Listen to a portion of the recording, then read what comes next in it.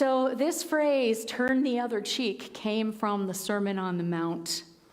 And it has been used as a way to keep the underdog down for years. And someone in class a few weeks ago said, what even does that mean? Because when you've been abused, when you've been hit, to say, oh, here, take the other one too, doesn't feel like self-care. It doesn't feel like I love myself so much that I can love you so much. And I don't think that is how it was meant. So first of all, I just want to say, when the words good and evil are being used in the Bible or by the Buddha, and know that that's a translation of the closest English word that the translator could think of. It's not necessarily what was meant at all, but good is that which serves to bring you closer to the realization of the truth of who you are, which is love. Evil is that which does not serve to bring you closer to the realization of the truth of who you are. More, it's that which takes you farther away from this realization. And as the Buddha talks about, when you develop a habit of doing the things that do not bring you closer to love, drop by drop, that's what you get filled with.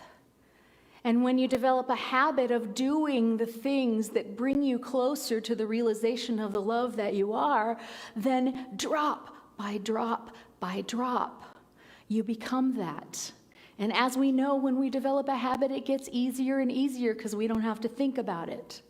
And it works both ways, good habits and not so good habits.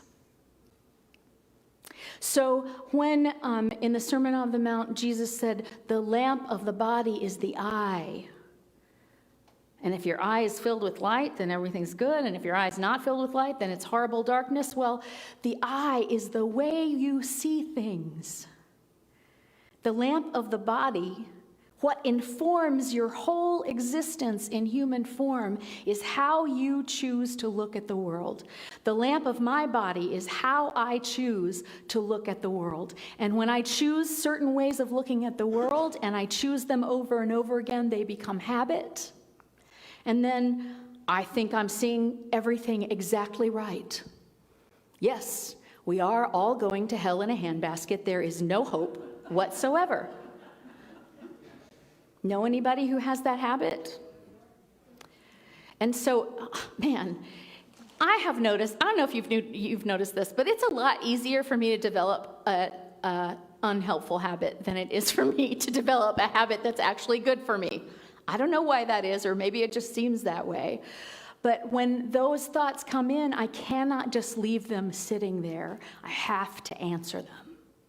I have to answer them. When I get attacked by those thoughts, I have to answer them. I have to turn the other cheek. I have to change the energy. I have to look at it differently. I have to not keep doing the same thing, because the same thing will lead to the same thing. I have to do a new thing. That's what it means. So notice, and Emerson said, who you are speaks so loudly I can't hear what you're saying. You know, you show up as who you are. And I don't mean who you are in the macro sense as a beloved child of God, but who you are in your habits. It doesn't matter the words you use. People will pick up on what it is, how you look at the world, and how you're reacting to that vision of the world, no matter what you say.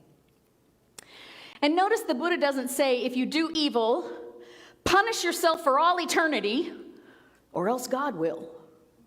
He just said, don't keep doing it, because it might become a habit. And Jesus said, watch what it is that you treasure. Where are you putting your attention? Where are you putting your energy? Where are you putting your thoughts? Because that is where your heart will be, whether you mean it to be there or not. So if your thoughts are on the news and the latest video game and whatever, I'm not calling out anybody's, I've got my own. I've got my own evils that don't include those. But if my thoughts are led down roads that do not serve me, then I'm going to find that my heart is there, and that is not where I want my heart. And so when my thoughts begin to lead me down that road, I have to consciously, and sometimes with effort, turn them back to love. What is my fundamental belief? I believe in love. How does that make sense? I don't always know how. But I do know that my world works better. My world is kinder. My world is richer and fuller and more beautiful when I choose to believe in love than when I choose not to. And that's good enough for me. That's good enough for me. So you have heard that it was said, an eye and an eye for an eye and a tooth for a tooth. But I tell you, do not resist an evil person. If anyone slaps you on the right cheek, turn to them the other cheek also. And if anyone wants to sue you and take your shirt, hand over your coat as well. If anyone forces you to go 1 mile, go with them 2 miles. Give to the one who asks you, and do not turn away from the one who wants to borrow from you. In one translation, it says, no more tit for tat, live generously. I love that. I love that translation. So turn the other cheek, change the energy. Sometimes turning the other cheek means turning and walking away, right? It doesn't mean here, hit me here too. It means, okay, this is not a situation that's going to lead anywhere good. And if you don't have any better tools than that, that's an awesome tool. And sometimes we have other tools. We have other ways of changing the energy besides walking away. So turn the cheek. Detach with love, right? I don't have to get mad at you just because you're mad at me. I don't have to hit you just because you hit me. Hello, look at the politics in America right now and you'll know how that plays out. Really, it's 4th grade all over again. Well, he said this, so I had to say that. Well, did you? No, we all have choice in every moment. And unfortunately, we choose, and the world we live in now often gives energy to that choice of hitting back. Oh yeah, you got him good. Well, you got him good. Where does that lead you? As Gandhi said, an eye for an eye and a tooth for a tooth leaves the whole world blind and gummy. Right? So it is our job, those of us who are aware of the love that we are, who have that consciousness, who have had that realization, who are trying to develop a habit of doing things that remind us of the good and the love that we are. It is incumbent upon us more than anybody, because if you don't know how to do it, you're not going to do it. But if you know how to do it, if you've ever done it once, then you know how to do it. If you know how to choose love, it is all the more incumbent upon you to choose love. If somebody who doesn't know that they are loved doesn't choose love, well, that's the way it is. But if you know that you have that choice and you choose something else, I think that the onus is greater on those of us who know. That was the whole idea of the Jewish being the chosen ones. Not chosen because you're better than everybody else, but chosen because, dudes, y'all know that there's one God and that God loves you. So you can't go acting like everybody else. You're here to show what is possible. We're here to show what is possible. And so we get to see what's really going on. Turn the other cheek, don't escalate it. Sometimes the best you can do is just don't make it worse. And sometimes you can bring a peacefulness to that moment that is so unperturbed by what's coming at you that what's coming at you kind of fizzles and dies. Have you ever been in that situation where somebody's just coming at you and you just don't give it any energy at all? I hear you. That must be painful. It's funny, when you don't have anything to fight against, the fight doesn't last very long. So you can bring your peaceful self into this situation, and you can see what's really going on. Hurt people hurt people. Hurt people hurt people. That is the truth. I will never, ever, ever hurt you unless I am hurting so much that I can't see that you have any needs, or that my needs become so important to me that I'm just blind to everything else. And then I might hurt you, which is the crux of this. I must love myself so much, and then I will be able to love you so much. And maybe, just maybe, I can't make you see love, but as I've said before, love is contagious. So you might just send out the contagion and somebody might catch it. I can love you so much that you begin to know, oh, this is what love feels like. And when you know what love feels like, maybe you can choose it for yourself so you can love you so much. So what you send back begins to be love, begins to be defenselessness, begins to be the realization of who we really are standing here. I have seen this. I have seen the miracles of this play out in my life over and over again. And my highest prayer for you on any given day is that you get to see some of those miracles take place in your life, in your family, in your relationships. And even if you don't have a miraculous turning around of the energy, when you withdraw your energy and refuse to participate in all of the tit for tat, then you already have improved the situation. Because one element changes, it changes the whole thing. One element changes, then it changes the whole thing. So if someone sues you for your shirt, give them your coat as well. What? I think what that means is no one can take from you what you are willing to give freely.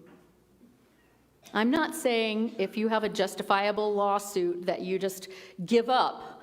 This is not what this is saying, but it's saying if you're holding your stuff so tightly that anybody who possibly thinks they have a claim on it, immediately that creates enmity between you and the other person. Maybe it's just not worth it. Maybe any single material thing we have is just not worth creating that much enmity. I tell y'all, here's the way it plays out in my life. I used to be the one in my family that if you had a customer service problem, a product that did not work, somebody who would not give you your money back, you would call me. And I would call them. And you would get your money back. And yeah, it's good to make people back up their products or do what is right. But at some point in my life, I realized that it was killing me. That it became a habit, that I almost suspected people of trying to rip me off. And I was doing preemptive action. And that when I would get off the phone, yay, good, you got your $14.95 back. Ha! And I've had 2 hours of my heart squinching up like this and my stomach tight and feeling kind of sick. And I had to decide, is this worth it? And so did I stop calling customer service? No, I did not. But what I started doing is when I know I have a customer service call to make, I say, God, I'm about to make a call, and I'm going to need your help to not do what I've done before. Help me bring love into this situation. Help me bring kindness into this situation. Help me remain the truth of who I am, regardless of how this phone call goes or what they say to me. Because as I've said many, many, many times before, and will say again, hate only wins if it wins in you. Doesn't matter how hateful the other guy is. If you don't let it turn you to hateful thoughts or vengeful thoughts or angry thoughts, then hate has not won in the situation. But the moment that you give into their energy, that you don't turn the other cheek, that this is a fight, okay, it's still a fight, then you get what's happening here? We are now contributing to that. We're contributing to the enmity. We're contributing to the stress and the ulcers and the defensiveness and the way of looking at the world as if everybody's about to take you for something. I have a good friend who says, I realized at some point in life that no one can use me if I wake up every morning and say, God, use me, however you will, use me. You will never be used if your purpose is to be used, if that makes sense. And no, I'm not saying lie down. I think you know what I'm saying. So one of the things that happens with me it's terrible when someone steals from you. It feels really terrible, like, ooh, they violated something personal in you. It does feel terrible. I've had it happen many times. And what I have learned to do is say, they must have really needed a coat in order to break the window of my car and steal my coat out of the back. So God bless them. And if they didn't need the coat, if they were just going to sell it for drugs, whatever, that's not up to me. But I get to keep my peace in this transaction. Do you see that? I get to keep my peace. The coat's gone anyway, y'all. It's not like you're just going, here, take it. It's already gone. So then we have the choice. Do I meet that with anger and hatred and enmity and vengefulness? And do I torture myself with the thought of, I loved that coat. It was my favorite coat. I saved up for a long time for that coat. That was such a cool coat. I will never have a coat that cool again. Only saying that because I've been there. I've said those exact words. The coat's gone anyway.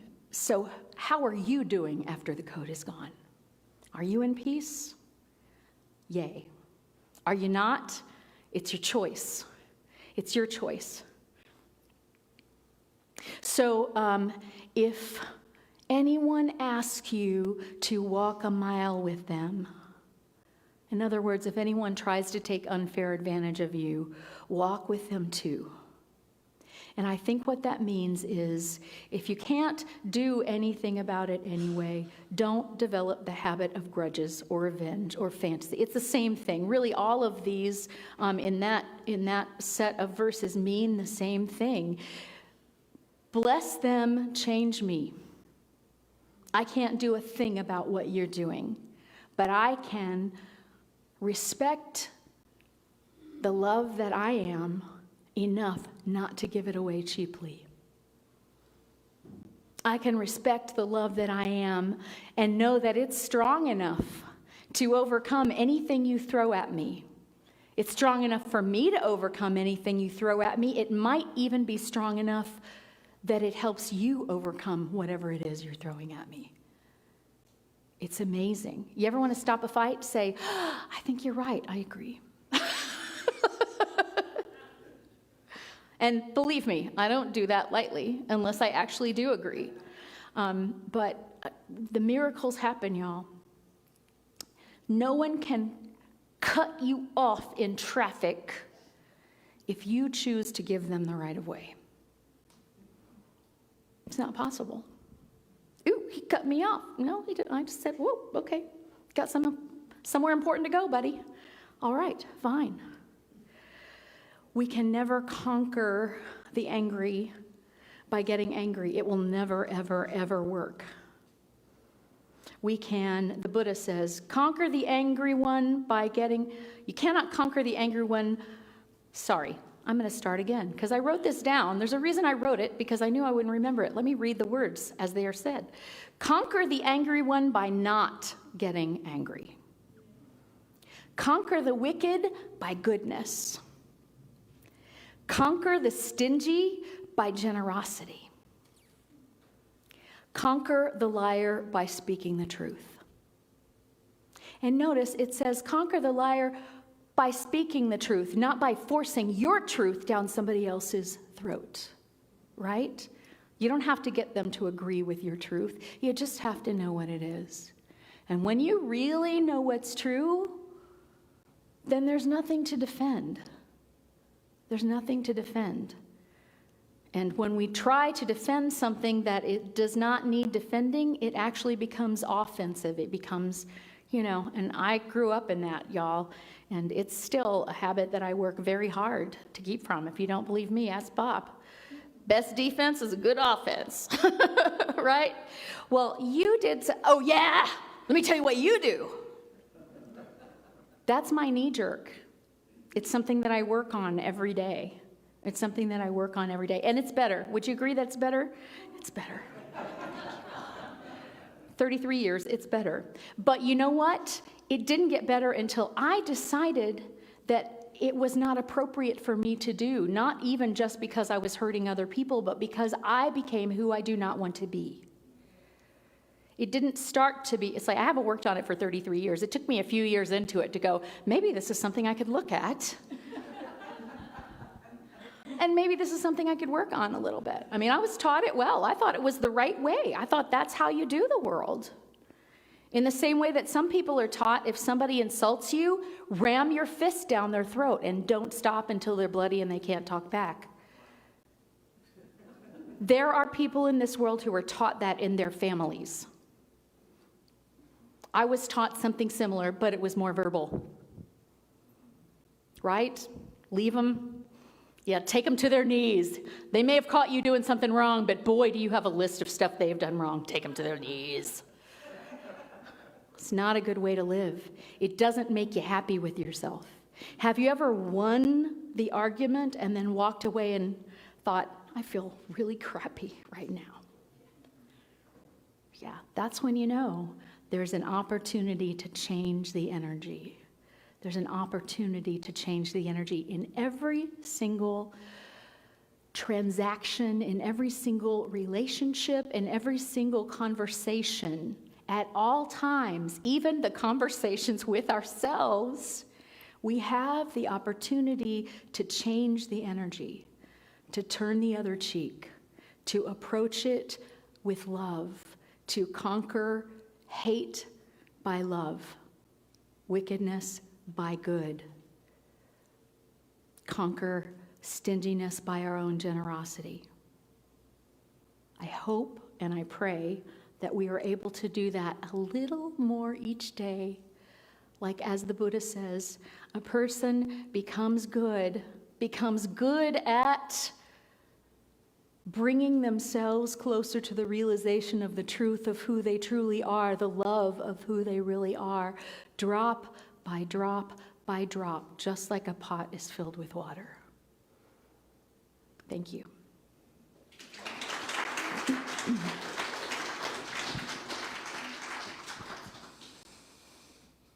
And so, just take those thoughts into meditation right now.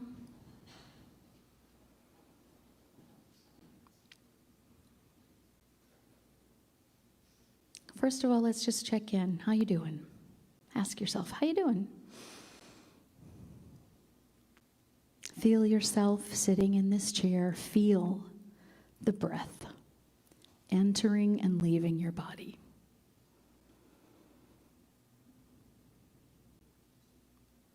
Buddhist Vipassana meditation would say, focus on your nostrils and simply feel the air as it passes through your nostrils on the way in and then on the way out. It's a subtle feeling.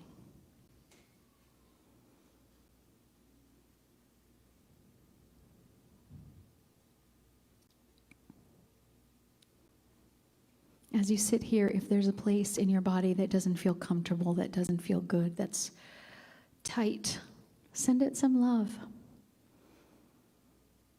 Focus on it for a minute and feel what it feels like.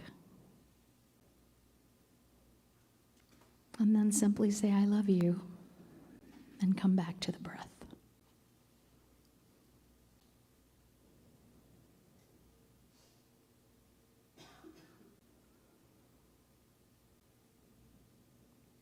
When we do this, we are, in a way, forgiving ourselves. And all forgiveness is self-forgiveness.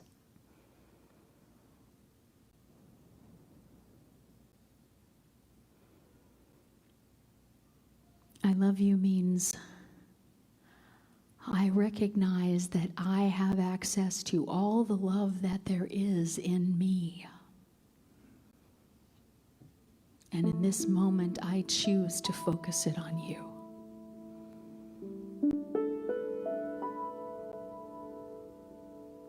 I love myself means I have access to all the love that exists, and in this moment I choose to focus it on me.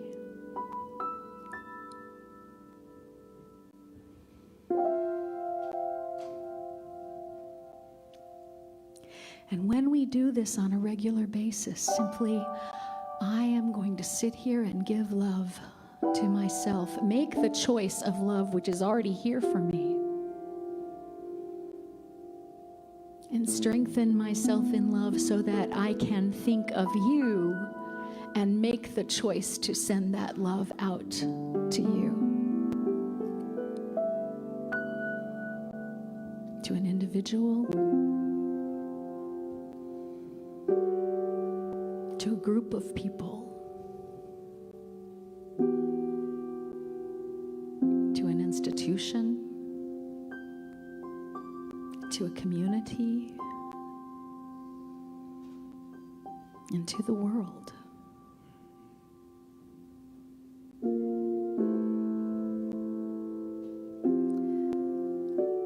This is practicing the presence of love, sitting in the presence of love and acknowledging that love. And then practicing that awareness by bringing its focusing attention on ourselves and on another. Practicing the presence. Practicing love.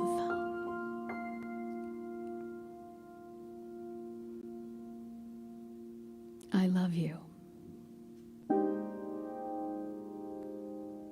And even if I feel that in this particular situation you're more wrong than I am, I acknowledge that I have a part. That something I have done, some way that I look at the world, has made us believe that we are not one. And for that, I am truly sorry.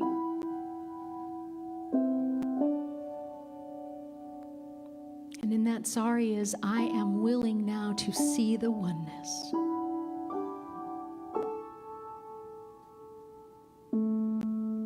Please forgive me. Not because I need forgiveness, but because what I know is that when I see the oneness, it gives me peace, and I hope the same for you.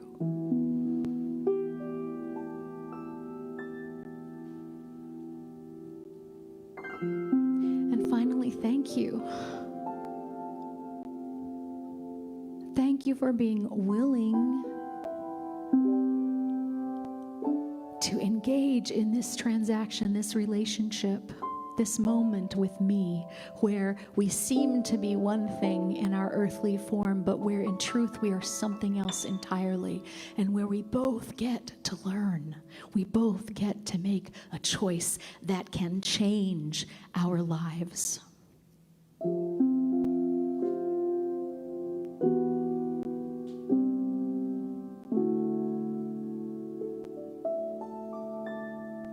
I love you. I forgive you before I even know what it is that you did, because I know that whatever it is that you did, if it hurt me,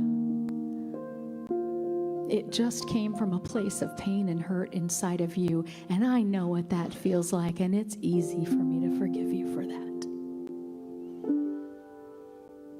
Now, forgive me if I take a step back and don't participate in that with you.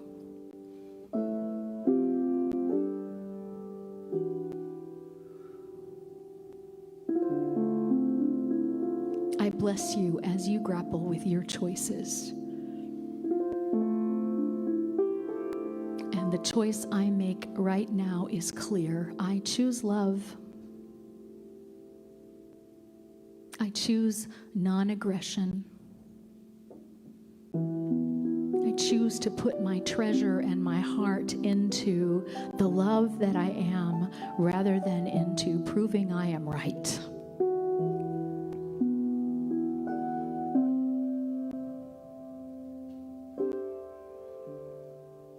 Thank you for being my teacher. Thank you for appearing before me so that I was able to see something in myself that I might not otherwise have seen. so that now I can make a choice about it, and I can make the choice for love. Thank you. Thank you. That's what it means in the Bible when it says you may have meant it for evil, but God meant it for good. It means it doesn't matter what any single person's motivation is.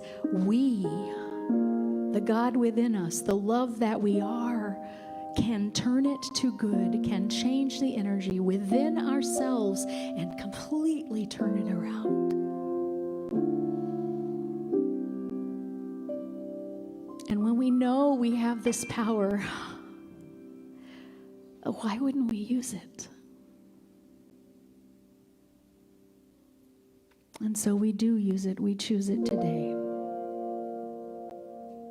We ask to be reminded. We say thank you to all the teachers in traffic, on customer service lines, in our family that appear before us to show us what's within us that we need to make a different choice about.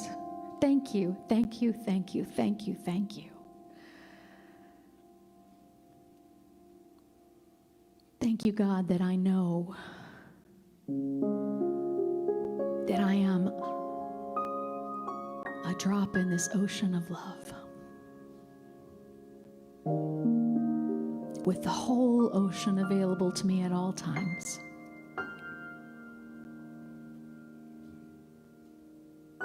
Thank you that I have everything that I need to create good in my world. And so it is. Amen.